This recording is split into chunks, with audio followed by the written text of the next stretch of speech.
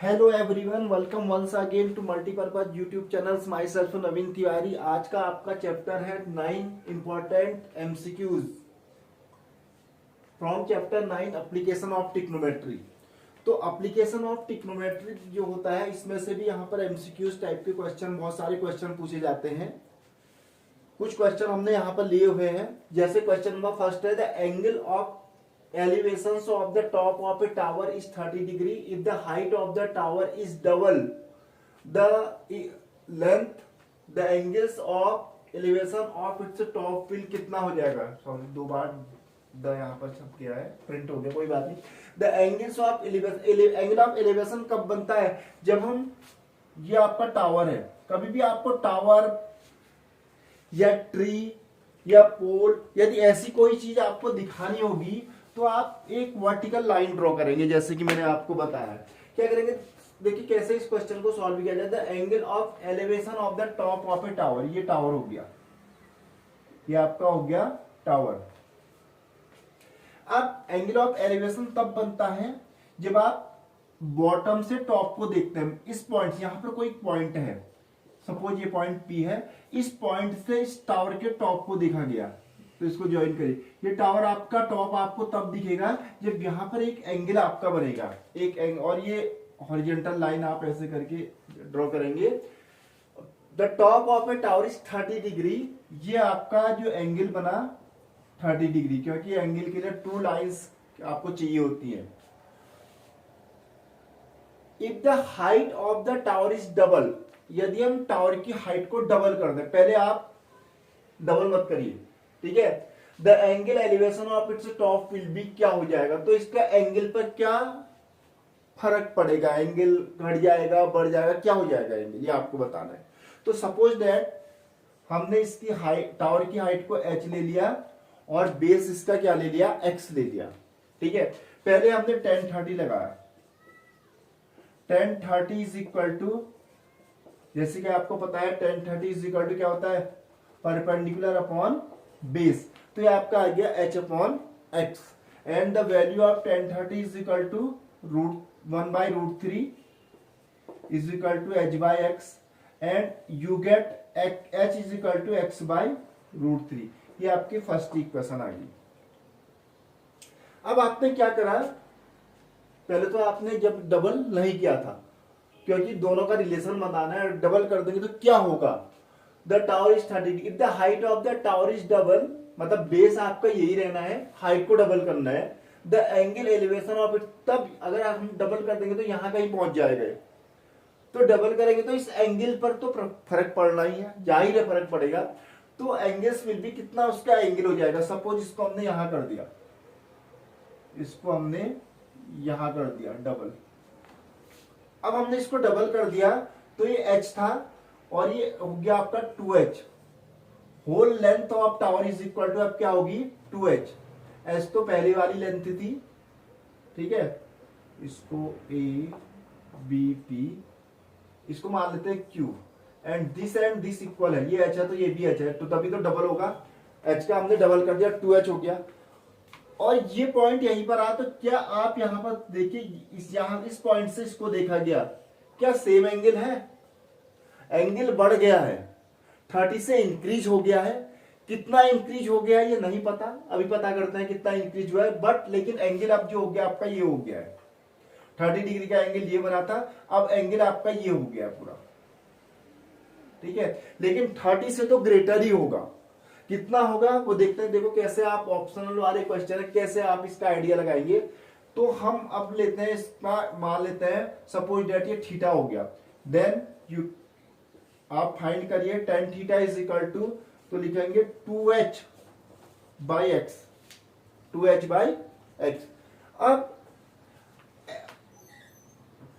2h by x को हम लिख सकते हैं, h बाई एक्स जब हमने लिखा था, h बाई एक्स की जो वैल्यू है आपकी कितनी है, 1/√3 है।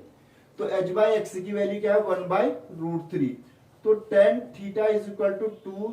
अगर आप h बाई एक्स को √3 लिखते हैं, क्योंकि h बाई एक्स की वैल्यू √3 दी है, तो ये 1/√3 इंटू 2, ये हो जाएगा आपका 2/√3। तो इट मीन्स इसका जो एंगल हो जाएगा विल बी, अब देखिए ऑल्सो गेट डबल, डबल तो नहीं होगा,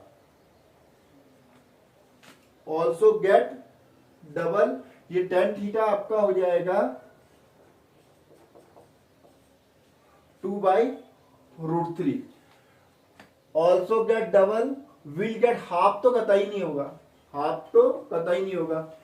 विल बी लेस देन 60, हम ये कह सकते हैं कि 60 से लेस होगा, कितना होगा हमें पता नहीं, बट 60 से कम होगा। नन ऑफ दीज, ये तो क्या होगा नहीं, तो इसका जो एंगल होगा ये 60 से लेस होगा, ठीक है। 60 से कम होगा, हो सकता है 58 59 हो, लेकिन टोटल 60 भी नहीं होगा, क्योंकि डिवाइड करेंगे तो थीटा इज लेस देन आपका आ जाएगा 60 डिग्री, ठीक है। तो क्योंकि टेन थीटा की वैल्यू 2/√3, वैसे भी आप इमेजिन कल्पना कर सकते हैं। तो इस प्रकार से आप इस क्वेश्चन को सॉल्व करेंगे।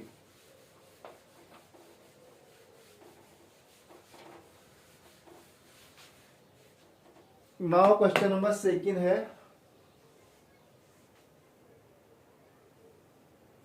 if the height of a tower and distance of the point of observation from its foot both are increased by 10%, then the angles of elevation of its top। तो एट फर्स्ट क्या हुआ, आप देखिए इसमें क्या, पहले आप क्या करेंगे, पहले स्टार्टिंग में आप डबल कुछ नहीं करेंगे, पहले आप इसको एच लीजिए और इसको एक्स लीजिए। ये आपका टावर है, दिस इज योर टावर, और ये आपका बेस हो गया इसका।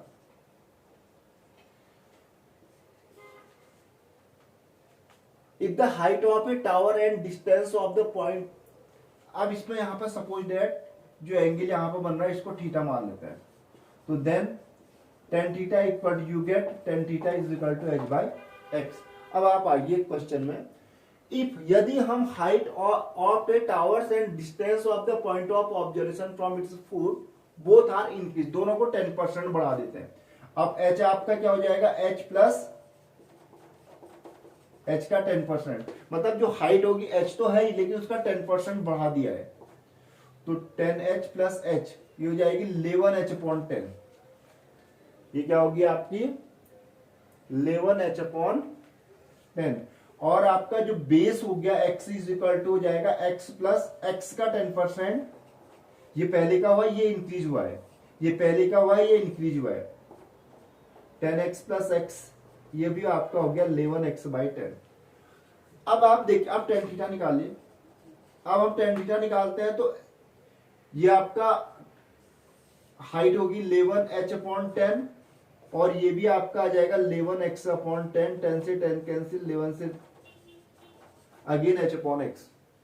तो यहां पर tan थीटा निकाला गया तो h/x, यहां पर tan थीटा निकाला गया, इट इज ऑल्सो h/x।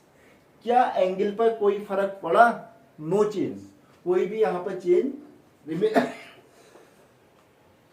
तो आ जाएगा रिमेन्स अनचेंज, एंगल इसका चेंज नहीं होगा, क्योंकि बेस में भी यहां पर इंक्रीजमेंट हो रहा और हाइट में भी इंक्रीज हो रहा, और height upon base, perpendicular upon base कहलाता है 10, तो इसमें कोई भी चेंजेस नहीं होगा, क्योंकि दोनों में जो इंक्रीज हो रहा है सेम हो रहा है, 10% हो रहा है। एक जगह 10% बढ़ा देते और एक जगह 20% बढ़ाते तो फर्क पड़ सकता था, बट लेकिन दोनों में सेम बढ़ा हुआ है, तो इसलिए क्या रहेगा, रिमेन्स अनचेंज।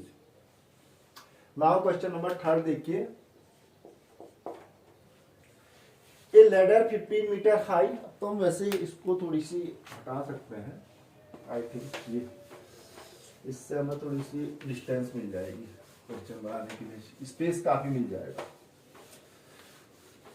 ये भी हट जाएगा, इसको सब हटा,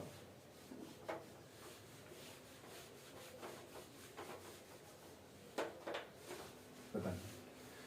ये देखिए, अब a ladder 15 metre high 15 metre long just reaches the top of a vertical wall.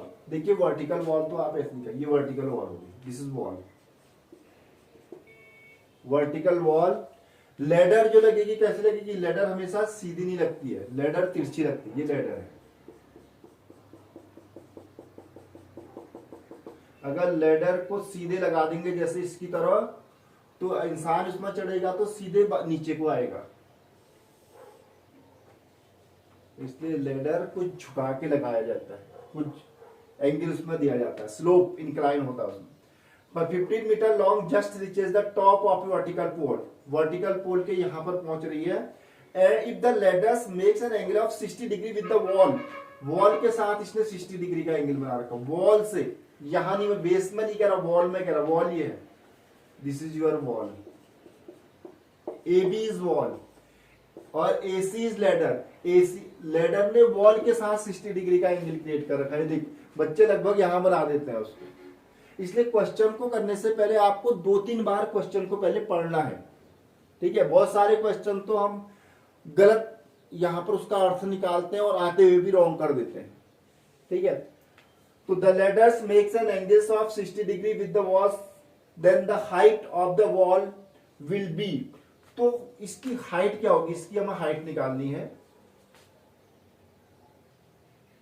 इसमें 15 मीटर, लेडर 15 मीटर लॉन्ग, इसकी जो लेंथ है लेडर की 15 मीटर है। अब देखिए हमें ये निकालना है वॉल, और ये दिया, हम यहां पर देखेंगे अगर ये 60 डिग्री का, ये तो 90 होता है, ये तो अंडरस्टूड है, ये तो 90 के अलावा कुछ हो ही नहीं सकता। इसके जो सामने वाला एंगल होता है, हम इसके सामने वाली जो लेंथ होती है, वो डिस्टेंस, वो परपेंडिकुलर कहलाती है, ठीक है। तो परपेंडिकुलर तो हमें निकालना है नहीं इस वाले क्वेश्चन में, हमें निकालना है बेस, तो हम इसमें लेंगे cos. In triangle A B C आप लेंगे cos 60 degree, cos 60 degree equal to, angle यहां पर है 90 के सामने वाला ऑलवेज हाइपोटेनियस, एंड जहां पर एंगल बन रहा है उसके सामने वाला परपेंडिकुलर, बची हुई जो साइड है वो बेस। तो cos 60 equal to base upon hypotenuse, तो A B upon A C, and the value of cos 60 is equal to sin 30 1/2, तो cos 30 1/60 1/2, 1/2 is equal to A B, जो आपकी लेंथ ऑफ वॉल कहलाएगी A B, and ए सी आपको दिया है 15। So A B equal cross multiplication, equal to में हमेशा cross multiplication किया जाता है,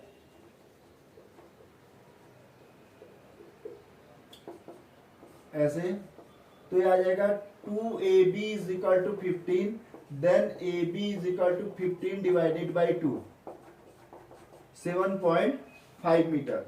तो इसकी जो लेंथ आ जाएगी, वॉल की लेंथ आ जाएगी 7.5 metre. A answer is correct. तो इस प्रकार से आप इन क्वेश्चनों को सॉल्व कर सकते हैं।